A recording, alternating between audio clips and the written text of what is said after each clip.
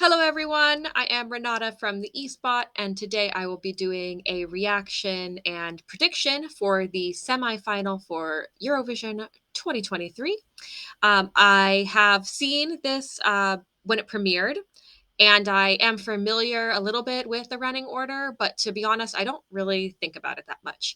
So this will be the second time that I actually watched this running order video all the way through.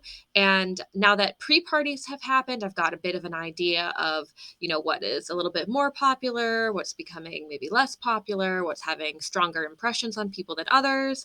I will couch that by saying I think that pre-parties aren't necessarily the best judges of how people are going to do at the semifinals or at the final, but they do give some valuable information. So I will be taking a little bit of that into account, but also just kind of looking at this again fresh and thinking, like, how is this going to feel, night of the semifinal? So let's get started. Ooh, something happened with my voice. Oh, I forgot my cup of tea.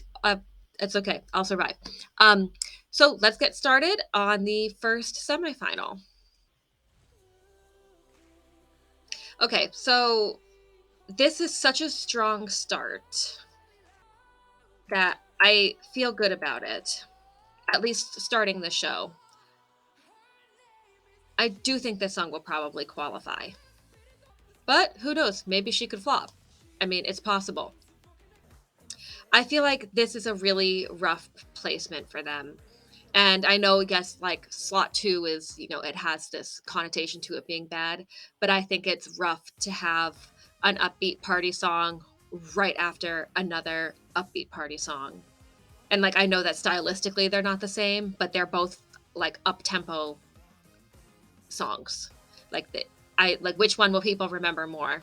The sweater song or the Queen of Kings song? Now this is such a nice change of pace with this like dark pop song. And I feel like they're going to do something really memorable with this one. And I think the lobster thing, if they play up the lobster thing, like there needs to be something that people remember, and I think that could be it.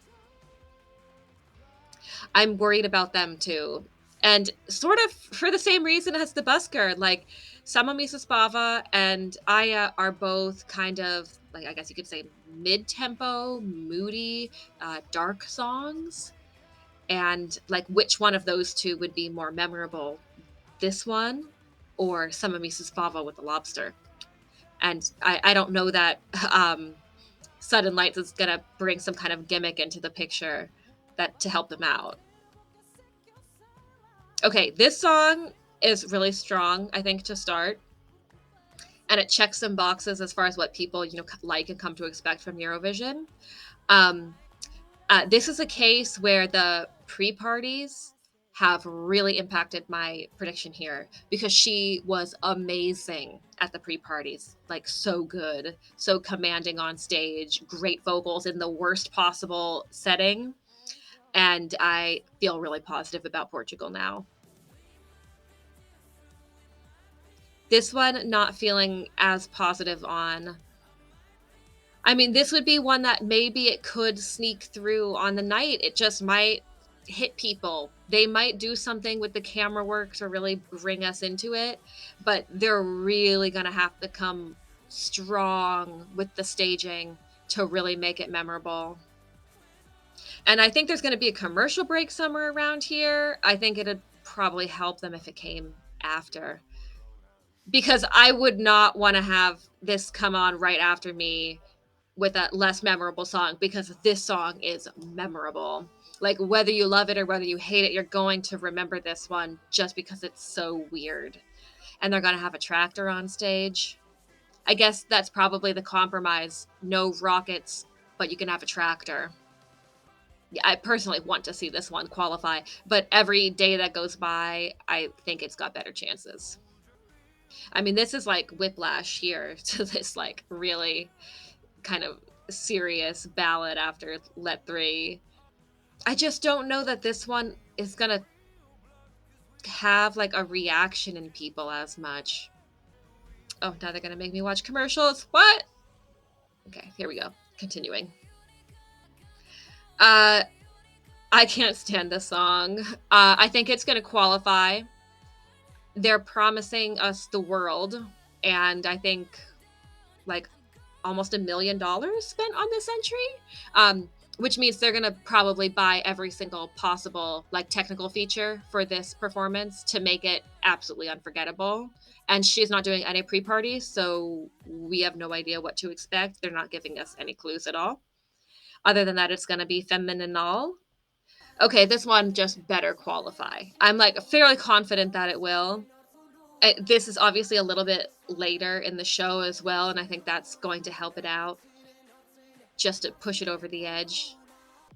If this doesn't qualify, I will be shocked. This would be a shock non-qualifier for me, just because I really think it kind of hits the Eurovision boxes. I mean, this is obviously qualifying. It's not even a question.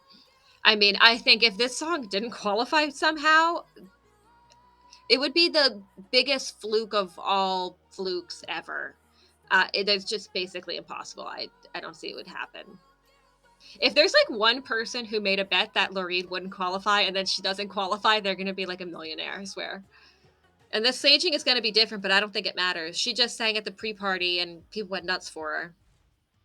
Oh God, they couldn't have given them a rougher spot. I think this is probably the hardest placement to go right after Loreen. Like, how do you go after Loreen? Although I like them and I like the song. And I think that I don't know, the song is nostalgic. They've got, I don't know, they're endearing. Um, but I don't know that this one's got really great chances. I think it's pretty much sunk. Uh, this song I actually expect to be the biggest shock non-qualifier to happen. I know the fandom really loves this. It hits every single Eurovision fan box. So there's 4 languages in it, female empowerment, but everybody keeps saying, oh, they need to repeat the video visuals. They need to repeat the video visuals. And I don't know. I'm sorry. If you have to rely on your video visuals, that means your song isn't strong. And that's not good. And I don't care that it comes later in the show. Netherlands, I think, has a better chance. Um, I think this song is one of the best songs of the whole season. Um, so to have what I consider one of the best songs coming right after what I consider one of the worst songs, like it's obvious to me which one would go through here. It would be the Netherlands. I know we've only seen them once at a pre-party and it wasn't the best, but I don't believe that the network would choose people that they didn't know could sing, not the Dutch network. And obviously, Garia. I mean, he's qualifying. He's top 3 contender. He could win. And he's going last. I mean, I think this was one of those things like with him and Loreen, like they were such gimmies here, putting them in the second half. Like there's no question here. I mean, he's just closing out the show basically. I wonder with this, at which point are they going to announce that this one qualified? Are they going to hold him back till the end to make us on our seat or put him first? Okay, so this means that France is voting. I anticipate France is probably going to actually do Sweden. I think France will also like Moldova for some reason. Um, I also expect them to give Switzerland some points, but I don't know that it's going to be enough um, to get Switzerland into the final.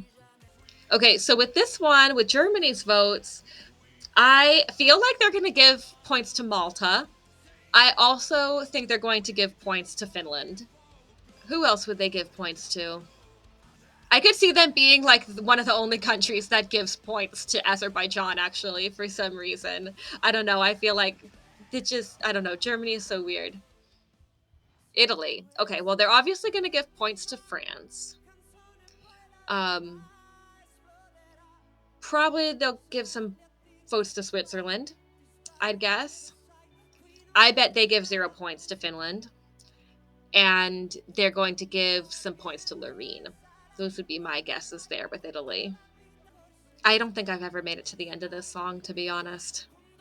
It's just putting me to sleep already. Okay, so that is my little prognostication. I could be totally wrong. I'm really not a predictions person. I don't have any statistics behind me for any of these predictions. I'm literally just kind of going with my gut here, pretending that like I'm watching the show. Um, so thank you for watching. Go ahead and disagree with me in the comments if you'd like. Maybe you agree with me. Um, I really don't pretend to know anything. I literally know nothing other than just being a fan and knowing what I like. But I really wasn't basing that off of totally what I like. I think there's a good chance that some songs I like are going to get kicked out, like Latvia, for example. Um, but yeah, it is what it is. Okay, so thank you for watching. If you enjoyed this video, hit like, subscribe, leave a comment, and check out my reaction for the second semifinal running order. Bye.